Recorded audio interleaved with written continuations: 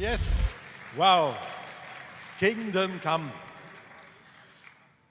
Schön euch zu sehen hier, also was ich erkennen kann. Kingdom Come, wir sind in der Serie, wo wir vor einigen Wochen gestartet haben. Wenn du heute das erste Mal vielleicht hier im ICF Basel bist und gar nicht mitbekommen hast, um was es in der Serie geht, dann möchte ich dich ermutigen, hier auf unseren YouTube-Kanal. Und schau dir vor allen Dingen die letzten Wochen von den Predigten an. Wir hatten letzte Woche ein grandioses Interview hier mit der Christine Kombatzki und der Daniel Lipp, wo sie dazu befragt hat, zu verschiedenen Kingdom Come Aspekten und Gastfreundschaft in ihrem Leben. Schau dir das an und wenn du online auch, das du noch nicht mitbekommen hast, geh auf diese Videos drauf und wirst einiges mehr von dem mitbekommen, was in den letzten Wochen alles gelaufen ist. Unter dem Gebet Kingdom Come, dein Reich komme, dein Wille geschehe. Wir beten nicht einfach, dass wir in den Himmel kommen, sondern wir beten als gesamte Church und sagen, wir möchten, dass dein Reich auf der Erde mehr sichtbar wird. 11 Jahre ist jetzt her, ziemlich genau 11 Jahre, Juli, als ich mit einem Freund Christian Schneider, das ist der Gründer von diesem Hilfswerk Onesimo, wir waren zusammen in Manila, in den Philippinen, und wir sind durch verschiedene Slumgebiete durchgelaufen. Und unter anderem auch in diesem Gebiet Tondo. Das ist ein bettelarmer Slum, direkt an einem Hafenbecken gelegen. Und das Wasser, was ihr jetzt gerade dort seht, das ist grau, aber das ist Meerwasser. Und das ist deswegen, weil in dieses ganze Gebiet werden Tag für Tag hunderte Lkw geliefert mit Müll. Tausende Menschen sind auf diesen Müllbergen unterwegs und sammeln das raus, was man irgendwo verwerten kann, wiederverkaufen kann. Und so in ihr Lebensunterhalt letztlich zu verdienen. Der Müll wird dann umgeladen auf Schiffe und die Schiffe fahren raus aufs Meer, auf eine kleine Insel, das ist eine Art Müllinsel, Mülldeponie, und da wird alles auf die Insel draufgeschmissen.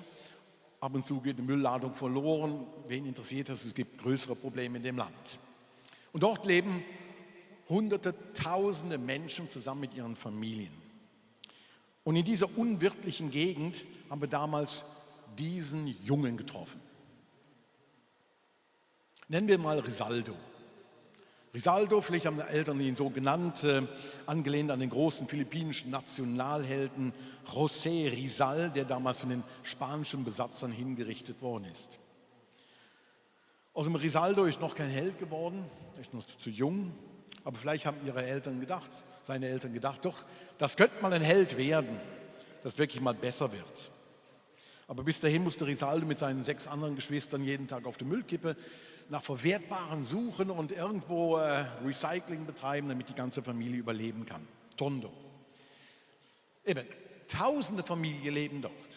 Tausende Risaldos auf so einem verbrannten schwarzen Boden. Sie machen Holzkohle, sie durchwühlen den Müll, um dann wieder Dinge davon zu verkaufen und so weiter, dass man wirklich ein wenig davon arbeiten kann.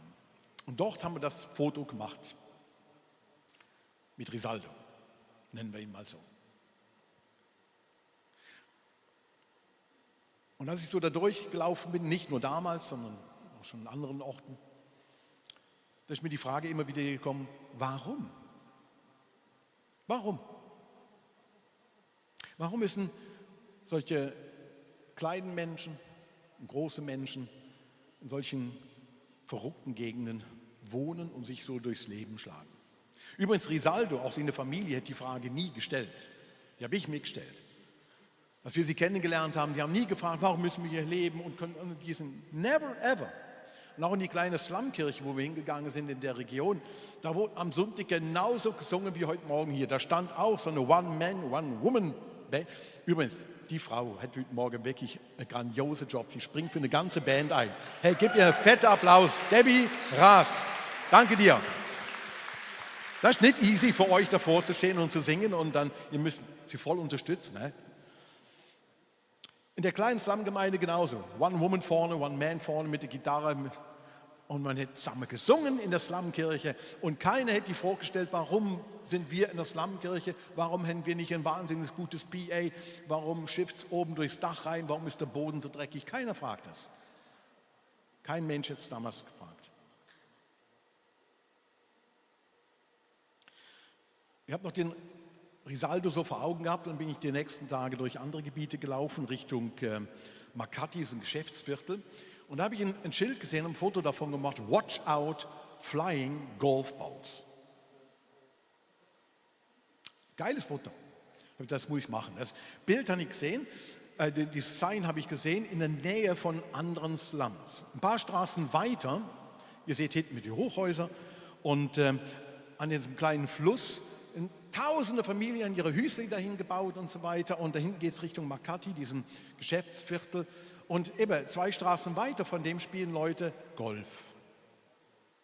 Sieht die Häuser wieder und es ist an sich eine schöne Gegend. Je nachdem, wo man das Foto hinmacht. Und für mich hat sich so allmählich mit dem Kopf was entwickelt. Ich dachte noch, ja, warum? Und irgendwann bin ich zu dem Ergebnis gekommen, ja, vielleicht darum. Darum. Vielleicht ja gar keine Frage von warum, sondern darum. Könnte es vielleicht sein, wenn wir mit so einer Warum-Frage unterwegs sind? Warum ist noch nicht mehr von diesem Königreich Gottes zu sehen? Wir beten doch, Kingdom Come. Warum gibt es immer noch so viel Leid und wie können wir das zusammenbringen mit dem liebenden Gott, wo wir es eben miteinander angebetet haben? Könnte es vielleicht sein, dass wir uns auch die Frage stellen müssen, wie das denn mit uns zusammengeht, warum wir dieses Leid so zulassen und wenn wir beten, Kingdom Come, vielleicht wir sogar gefragt sind und gar nicht zu Gott gefragt ist. Wir denn nicht an Gott einfach abdelegieren können, ja, dein Reich komme, jetzt komm irgendwie mal UFO-mäßig runter. Sondern vielleicht wir gefragt sind und sagen, ja, deine Hände, deine Füße, dein Portemonnaie, dein Leben kann einen Unterschied machen. Ihr Lieben, wie wird eine Welt aussehen? Wie wird eine Welt aussehen, wenn jeder, der so energisch manchmal die Frage stellt, warum? Warum ist es immer noch so mühsam? Warum ist dieses Leid und warum ist die Königreich noch nicht mehr sichtbar geworden, wenn jeder so energisch genauso mit seinem eigenen Leben das Leid und das Elend bekämpfen würde und anpacken würde? Was wird geschehen, wenn wir nicht nur leidenschaftlich fragen, sondern auch leidenschaftlich anpacken? Und dann wirklich einen Unterschied machen können, wie es eben in dem Dankesvideo von AVC, Aktion Verfolgte und notleidende Christen und Menschen. Und wir können wirklich einen Unterschied auf einmal machen.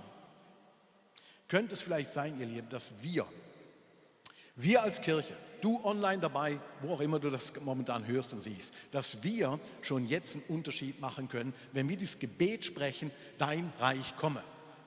Dass tatsächlich sehr vieles an uns ist, dass wir eine Rolle in der Beantwortung von der Frage nach dem Warum spielen könnten. Und ich möchte mit euch einen kurzen Blick ins Alte Testament mal werfen. In der Bibel von einer Geschichte, die heißt Sodom und Gomorra. 2 Städte. Wer hat das schon mal gehört von euch? Also ist bekannt. Ich habe Sodom und Gomorra zum allerersten Mal gehört in meinem Elternhaus. Da war ich noch jung. Und meine Mutter hat dann auch immer gesagt, da geht es zu wie in Sodom und Gomorra. Und gemeint waren gewisse Familien, gewisse Feste in unserem kleinen Dorf. Da geht es zu wie in Sodom und Gomorra. Also unglaublich. Und als junger Mensch denkt sich, Sodom, was passiert da? Gemeint war an sich, da wird gesoffen. Da ist Sünde, da ist Sex, da ist alles, ach nein, schmutzig, schmuddelig, schändlich, fürchterlich, drunter und drüber. Die putzen nicht, die räumen nicht auf, die machen nur Party. Also Sodom und Gomorra, schlimmer kann es nicht werden. Ich gebe ehrlich zu, dass ich, ab und zu hat es mich dann als Teenager nach Sodom und Gomorra verschlagen. Weil ich fand es irgendwie doch auch geil. So, vor allen Dingen Partys waren wirklich geil da. Das ist einfach was losgegangen. Weißt du, es war wirklich auch was am Gang. Aber das war meine erste Begegnung mit Sodom und Gomorra. Die Geschichte ist wirklich in unseren Sprachgebrauch sogar reingegangen. Aus dem Wort Sodom ist Sodomie abgeleitet worden. Und im ersten Buch Mose, in Genesis, können wir nachlesen, es ist wirklich was ab und an gegangen da. In Genesis 13, da steht, die Menschen in dieser Stadt waren schlecht. Und was sie taten, verabscheute der Herr.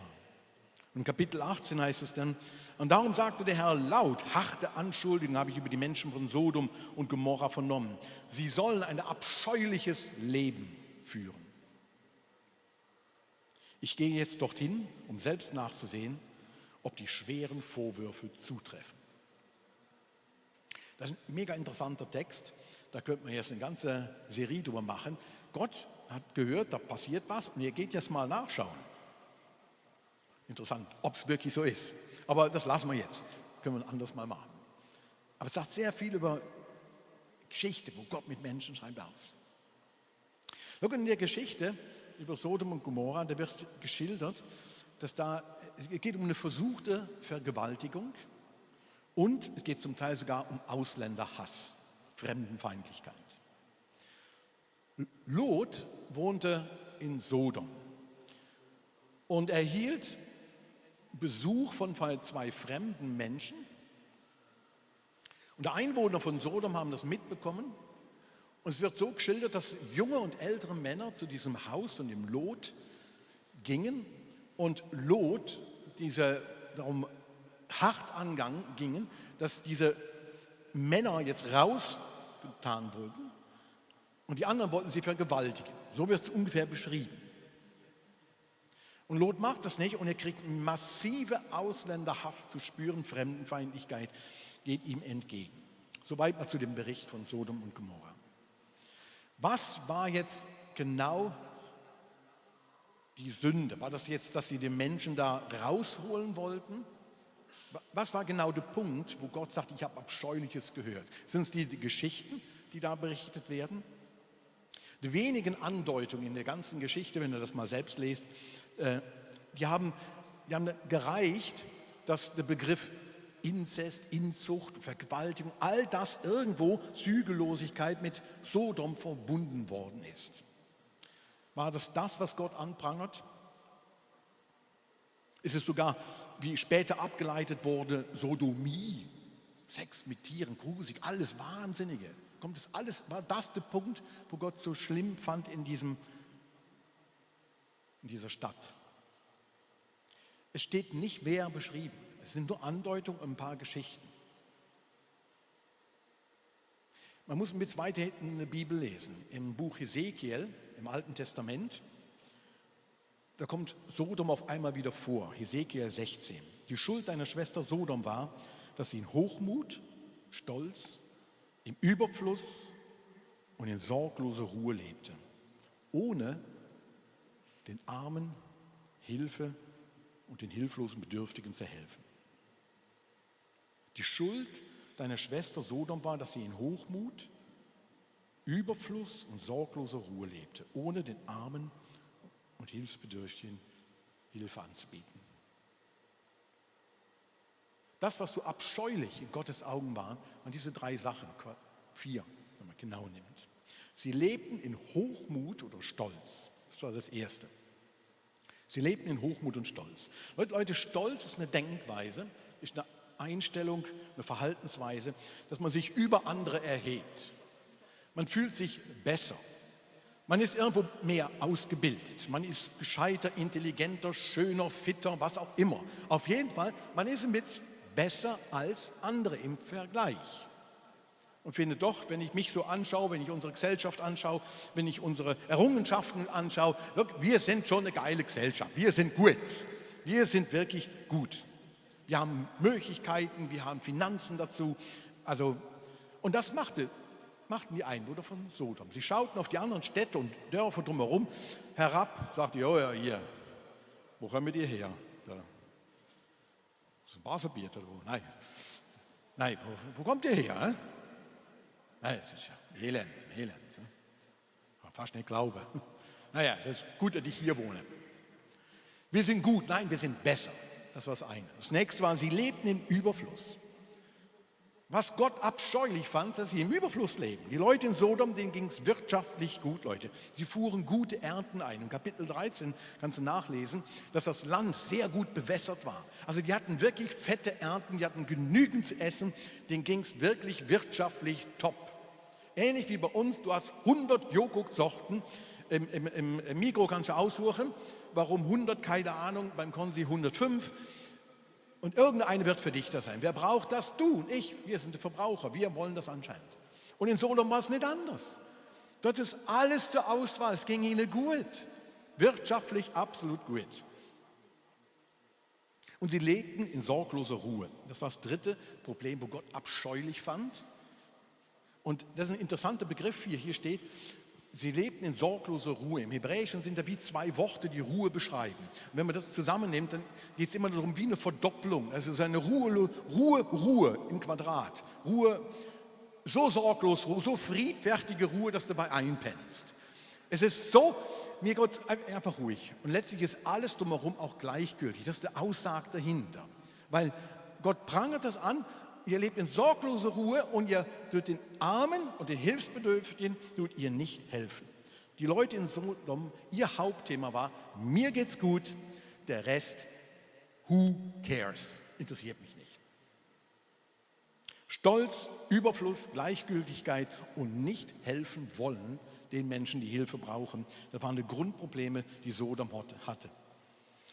Und die Grundprobleme führten zu den Abscheulichkeiten, dass Menschen vergewaltigt werden sollten, dass wirklich erwünschte Geschichten dort stattfanden. Es sind nicht die wüsten Geschichten am Anfang, sondern am Anfang ist die sorglose Ruhe, der Überfluss und der Stolz, dass ich das machen kann, dass ich will das einfach leben. Und das führte so zu so abscheulichen Geschichten. Das wird manchmal durcheinander geworfen. Abscheuliche Geschichten, was ist unten drunter? Und Gott sagt Stolz, dass du überheblich bist, dass du im Überfluss lebst, dass du nicht teilst und dass dir scheißegal ist, wie es anderen geht. Das führt letztlich zu so verrückten Geschichten, die Gott nicht mehr ertragen konnte. Man könnte zusammenfassen, wie so eine Selbstbezogenheit von Sodom findet Gott abscheulich. Und die Selbstbezogenheit ist im Alten und Neuen Testament ein großes Thema, wo immer wieder angesprochen wird. Nicht nur in Sodom, im ganzen Volk Israel. Es gibt einen interessanten Text dazu, Jesaja 58, ich möchte noch mit euch lesen. Da heißt es, der Herr sagt, rufe so laut du kannst, lass deine Stimme erschallen wie eine Posaune, halte meinem Volk, den Nachkommen Jakobs, ihr Unrecht und ihre Vergehen vor. Sie fragen mich Tag für Tag, warum ich sie solche Wege führe, wie ein Volk, das sich an das Recht hält und meine Gebote befolgt, fordern sie von mir, dass ich zu ihrer Rettung eingreife und wünschen sich, dass ich ihnen nahe bin. Nein, ein Fasten, wie ich es haben will, sieht anders aus. Löst die Fesseln der Gefangenen, nehmt das drückende Joch von ihrem Hals, gebt den Misshandelten die Freiheit und macht jede Unterdrückung ein Ende. Ladet die Hungernden an euren Tisch, nehmt die Obdachlosen in euer Haus auf, gebt denen, die in Lumpen umherlaufen, etwas zum Anziehen und helft allen in eurem Volk, die Hilfe brauchen. Gott tritt seinem eigenen Volk, wo so selbstbezogen umher ist und fragt, warum Gott hilfst du uns nicht, warum Gott dieses nicht, tritt er entgegen. Er sagt, ihr beschwert euch über eure Not und tut nichts zur Beseitigung der Not, die ihr selbst beseitigen könntet. Ihr könntet selbst Not beseitigen, aber ihr fragt nur, warum macht das Gott nicht? Sie beten darum, dass Gott eingreift in ihren Umständen, die sie selbst sogar ändern könnten. Wo Gott sagt, hey, das ist dein Job, das ist nicht mein Job. Das ist dein Job, von dem Überfluss, von dem, was du hast, den Armen und den anderen wieder weiterzugeben. Warum macht ihr mich dafür verantwortlich, sagt Gott, für Zustände, die ihr selbst ändern könntet? Warum? Warum betet Kingdom Come und packt nicht selbst an? Und Gott geht hart mit denen ins Gericht und sagt, hey, das ist eure Sache. Es ist Stolz, Gleichgültigkeit, Überfluss, der dazu führt.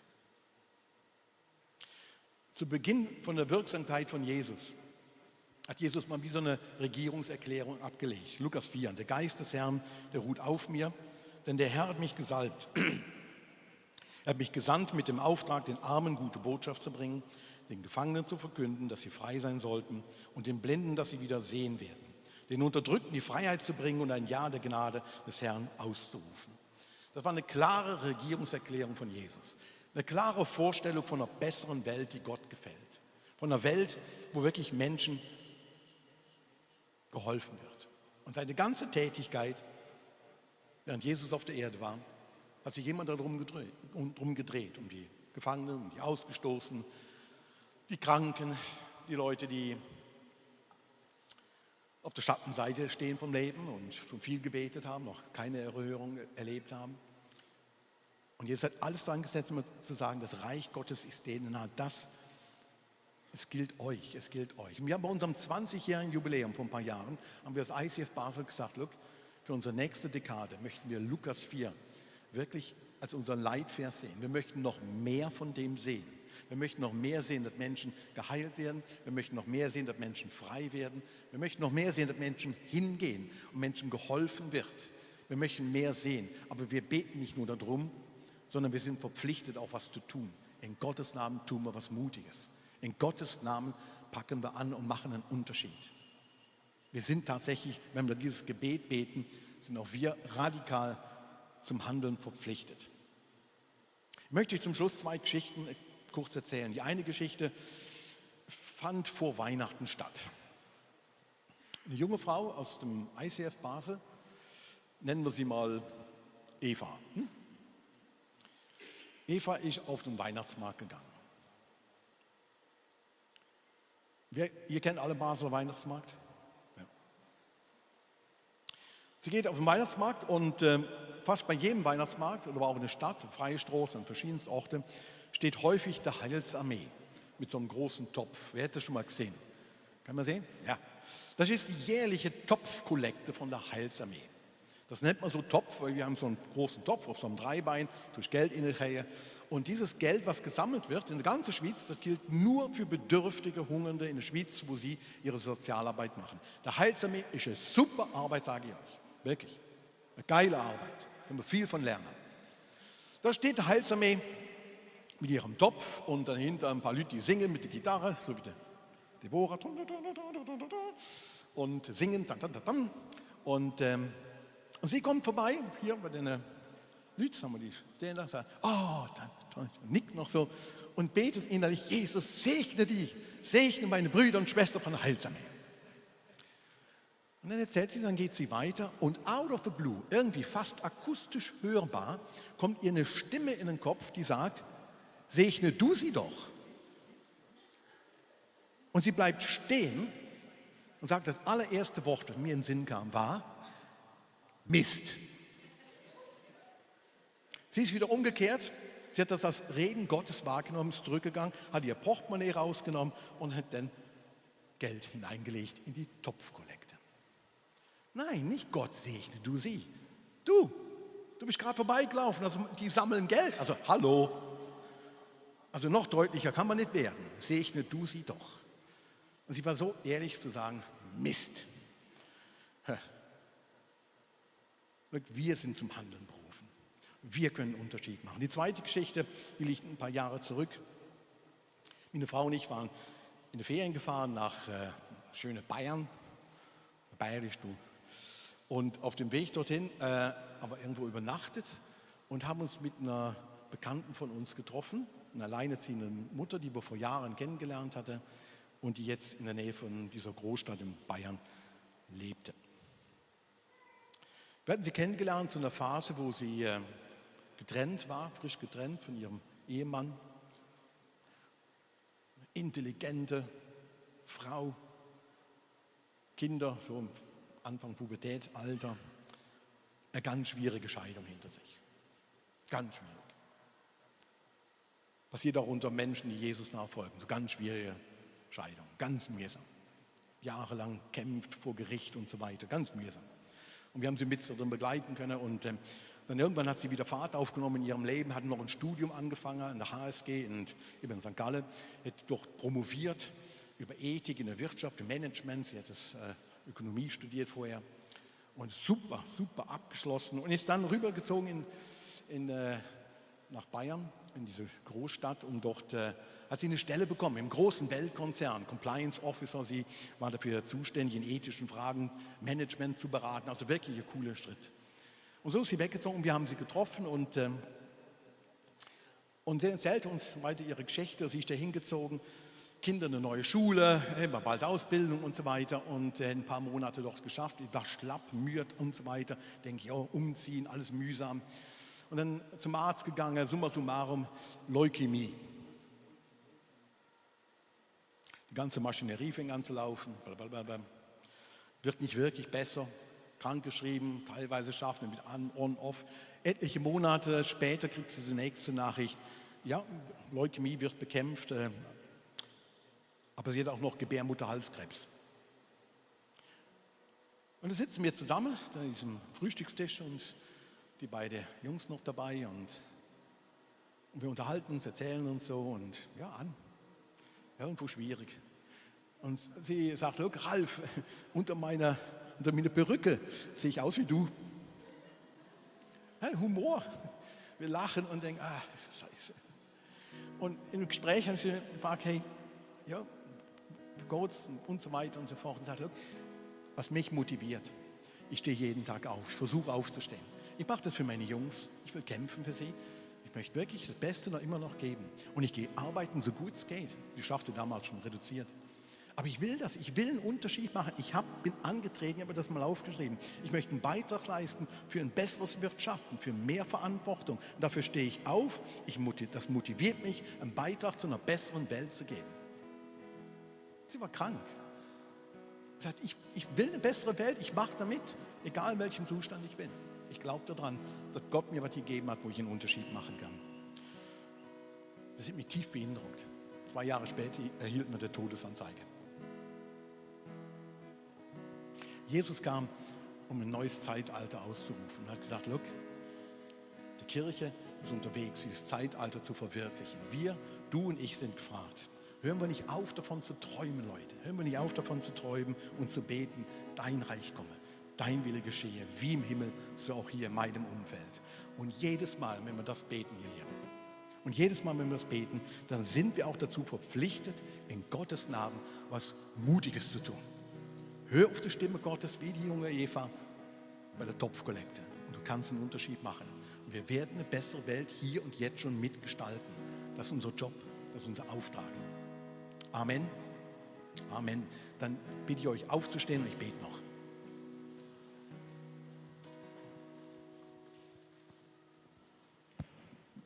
Vater im Himmel, danke, dass du uns so eine geniale Auftrag gegeben hast, dass du uns so würdig erachtest zu sagen, wir dürfen mitgestalten, wir können wirklich einen Beitrag leisten für eine bessere Welt. Und Jesus, wir möchten sehen, dass dein Reich kommt. Wir möchten sehen, dass dein Wille mehr geschieht. Und wir möchten als ganze Kirche auch bekennen und sagen, wir möchten unseren Beitrag dazu leisten. Wir wollen uns nicht selbst hier einfach feiern, wir feiern dich und wir möchten dich raustragen in diese Welt. Als der Anfänger, Vollender von unserem Glauben, derjenige, der das letzte Wort haben wird. Heiliger Geist, ich bitte dich, erfülle uns mit diesem Mut, was Mutiges zu tun. Erfülle uns mit offenen Augen, mach uns sensibel, wo wir hier und jetzt schon dein Reich wirklich umsetzen können, wirklich einen Anstoß geben können zu einer besseren Welt, die du vorgesehen hast.